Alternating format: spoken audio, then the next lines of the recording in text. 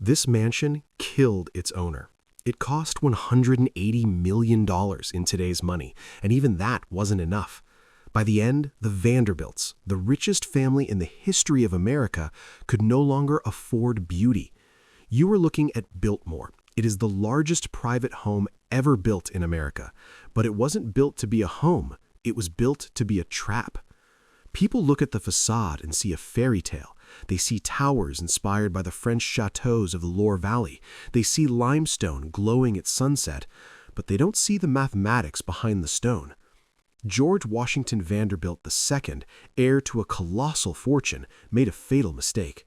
He tried to build a European monarchy in democratic America. He wanted to create an ancestral seat that would stand for 1,000 years, but instead, he created a financial black hole with gravity so strong it began warping reality around it before the final stone was even laid. Imagine the scale of ambition, buying a piece of North Carolina the size of half of modern-day Paris and deciding you can subordinate nature, economics, and time itself. This isn't just a story about a rich man who spent too much. It is a Greek tragedy of hubris.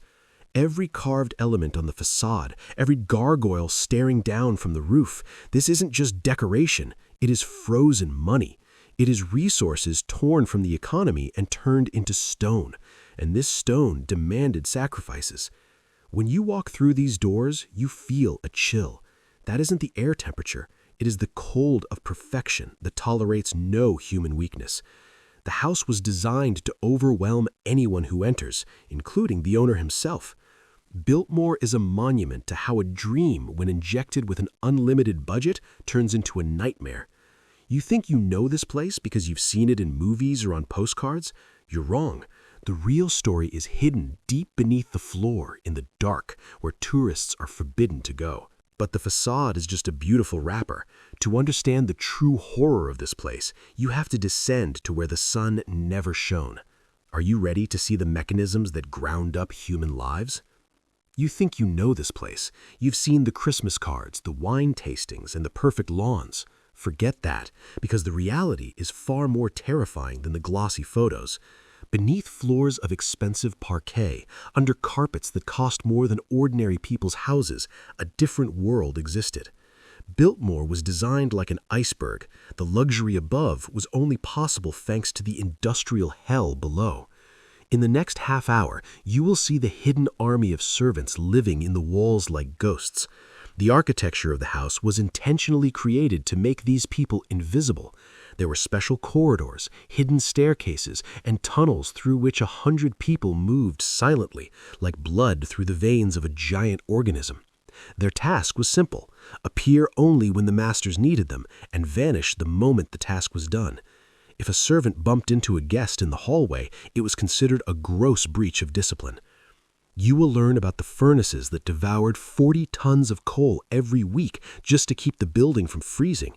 Imagine the physical labor required for that. Every 7 days, 80,000 pounds of coal had to be shoveled into the fireboxes. This isn't an automatic system. These are sweating, suit-covered men working in sub-basements where temperatures reached hellish levels, while upstairs, guests complained of a draft in the ballroom. It was a resource destruction machine.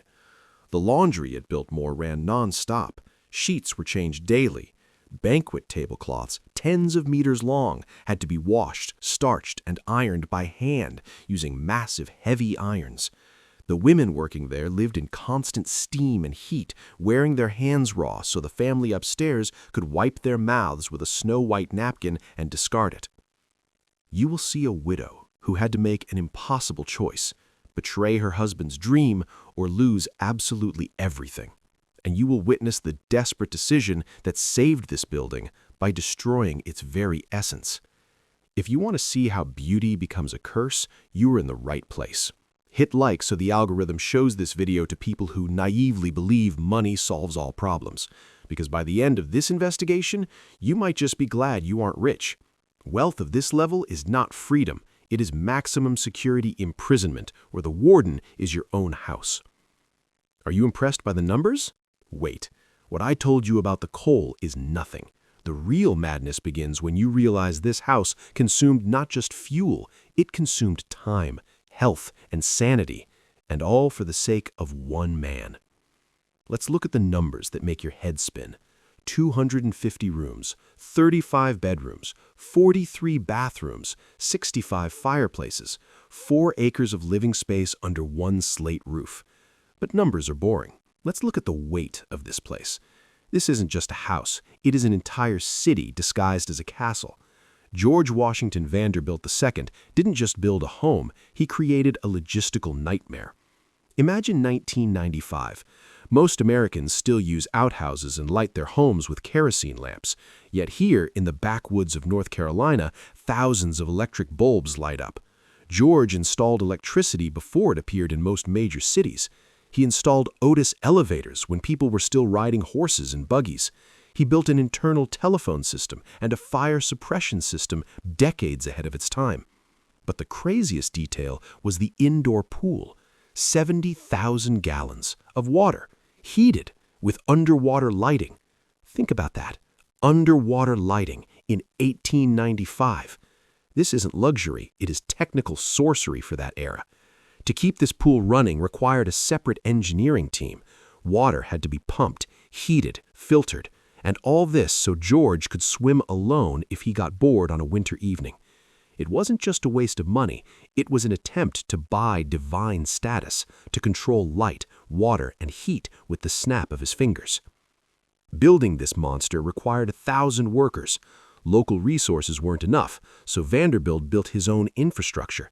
They laid a private 3-mile railway just to haul limestone from Indiana straight to the house's foundation. They built a woodworking factory right on site to carve thousands of meters of oak paneling.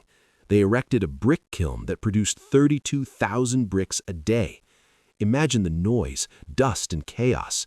The quiet mountain landscape was torn apart by an industrial machine, and all for one man. For a bachelor building a palace for a family he didn't even have yet. He was building a set for a play where the actors hadn't even been born. Construction was just the beginning. The costs to build were astronomical, but the maintenance? That is the true silent killer. The house was a living organism that demanded feeding every hour of every day. It seems like building such a house is the peak of power, but in reality, this was the moment the trap snapped shut. Because now George needed to fill this void with meaning, and the price of that meaning turned out to be higher than the price of bricks. Before we continue and dive into the financial abyss, a quick question. Do you think beauty is worth any price? Would you live here knowing you could never stop paying for it?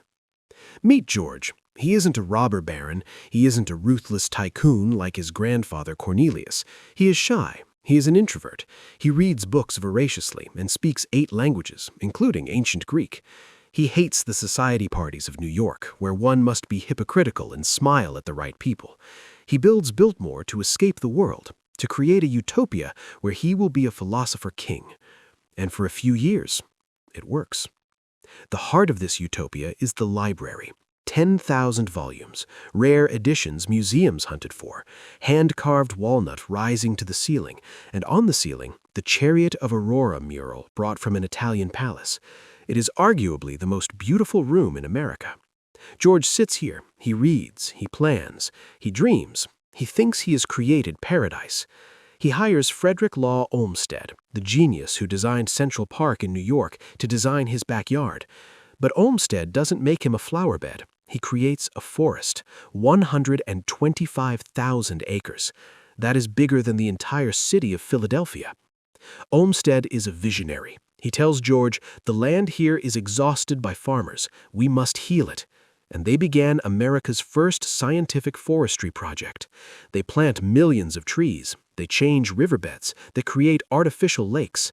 It wasn't just landscaping. It was terraforming.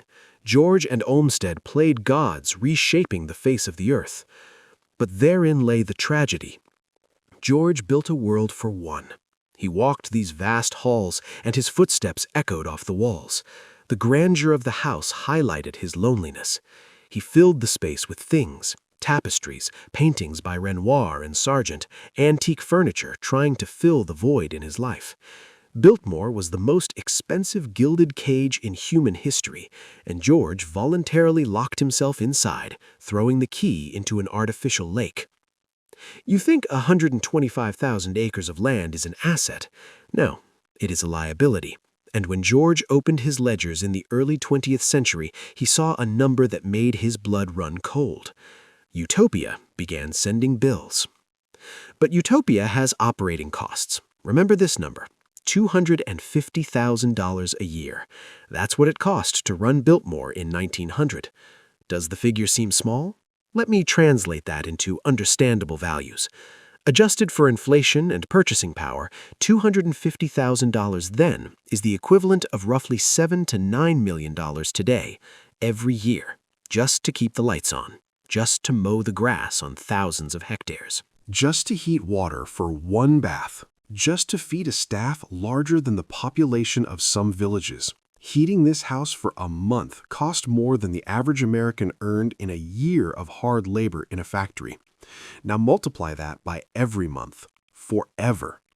You're starting to see the problem. The Vanderbilt fortune was vast, but it wasn't infinite. And most importantly, George is spending his inheritance. He isn't making money, he is burning it. He is burning it in those 65 fireplaces, in the salaries of footmen, in purchasing delicacies from Europe. The Biltmore farm was supposed to generate income selling milk and vegetables, but it barely covered its own costs. It was a toy, not a business. George wasn't a businessman, he was a dreamer, and the market punishes dreamers cruelly. But that's not all. That $250,000, that was before taxes. Here's where it gets truly brutal. The year is 1913. The U.S. government ratifies the 16th Amendment and introduces the federal income tax. Until this moment, wealthy people paid very few direct taxes. But now the rules of the game have changed. Suddenly, the Vanderbilts aren't just paying staff and coal suppliers. They're forced to pay Uncle Sam massive sums for the privilege of being rich. The tax burden on such a gigantic estate becomes suffocating. The walls begin to close in. The financial noose tightens around George's neck. He begins to realize he hasn't built a monument, but a parasite that is sucking the life out of him. George thought he had time to solve this problem. He thought he would figure a way out, but fate had a dark sense of humor. Salvation did not come, death did. And when the master dies, the house changes. When a house of this magnitude loses its master, the silence is deafening. But in Biltmore, George Vanderbilt's death wasn't the end. It became the beginning of something else. For decades, guards and tour guides have whispered the same stories. They claim this stone labyrinth works like a giant recording device, replaying moments from the past over and over. But what is it really? Echoes of tragedy or mind games in the dark? Let's start with the library. This was the heart of the house, George's sanctuary. Night shift employees swear they've seen a dark figure sitting in his favorite chair by the fireplace. Some smell the distinct scent of pipe tobacco, the exact blend George smoked, even though smoking has been banned here for nearly a century. It's a classic story of unfinished business, an intellectual snatched from life too soon, refusing to leave his books. But let's turn on the lights and look at the facts. Psychologists call this pareidolia, our brain's tendency to find familiar patterns in the chaos of shadows. The Biltmore Library is a Baroque masterpiece full of intricate carvings, dark walnut, and deep recesses. In dim emergency lighting, the eye wants to see a person in the chair. And the smell, it could be an olfactory hallucination triggered by old wood and wax, or the phenomenon of ancient ventilation shafts that absorbed odors for years and now exhale them during atmospheric pressure changes. Who sits in the chair? George's spirit, or just a trick of light and draft? If the library is just unsettling, the next place causes physical terror. There is a room many employees refuse to enter alone, and the scariest part isn't what you see, it's what you hear. We go down to the basement, the indoor pool, 70,000 gallons of emptiness. This is arguably the most disturbing place on the estate. Visitors and staff report the same frightening phenomenon, the sound of splashing water and laughter coming from a bone-dry pool. People feel heavy, moist air compressing their chests, causing irrational panic. Legend says someone drowned here and the water remembers the death. It's the perfect setting for horror. Tiles, echoes, void. However, history tells us otherwise. There is not a single documented case of death in the Biltmore pool. No one drowned here. So where do the sounds come from? Architects point to the unique acoustics of the room. The tiled chamber with its arched ceiling works like a parabolic antenna. It captures and amplifies the slightest sounds from plumbing pipes deep within the walls, or even sounds from the floors above, distorting them beyond recognition. Condensation dripping in a pipe can sound like a body splashing. Metal creaking can sound like laughter. But does physics explain the feeling of primal fear that grips people the moment they cross the threshold? Or does the acoustics simply amplify what is truly hidden in the walls? But ghosts of the masters are just the tip of the iceberg.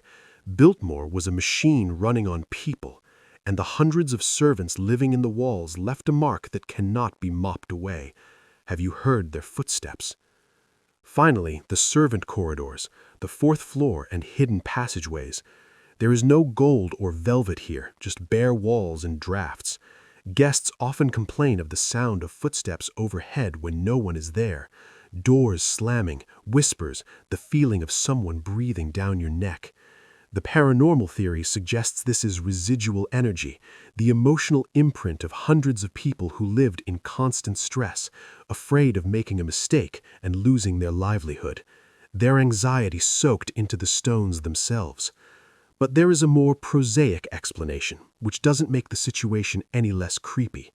Infrasound. Biltmore's massive ventilation system, its giant furnaces and endless corridors can create low-frequency sound waves. The human ear doesn't hear them, but the body feels them. Research says infrasound causes anxiety, nausea, and a sense of a presence. Perhaps the house really is haunting you, not with spirits, but with the physics of sound waves resonating with your fear. So what is Biltmore? A portal to the past where George still reads his books and servants rush to dinner? Or is it just an old, cold house that creaks, groans, and plays with your imagination? I don't know. But when you stand here in the silence, the line between physics and mysticism becomes frighteningly thin. We are halfway through. The dream is about to die. If this investigation feels like more than just a travel vlog, let the algorithm know. Like, subscribe. 1914, George Washington Vanderbilt suddenly checks into a hospital in Washington, appendix surgery. Today, this is routine, an outpatient procedure, but back then, it was dangerous. Complications arise, and suddenly, silence. He dies. He was only 51 years old. The man who built a castle for the ages lived in it for less than 2 decades.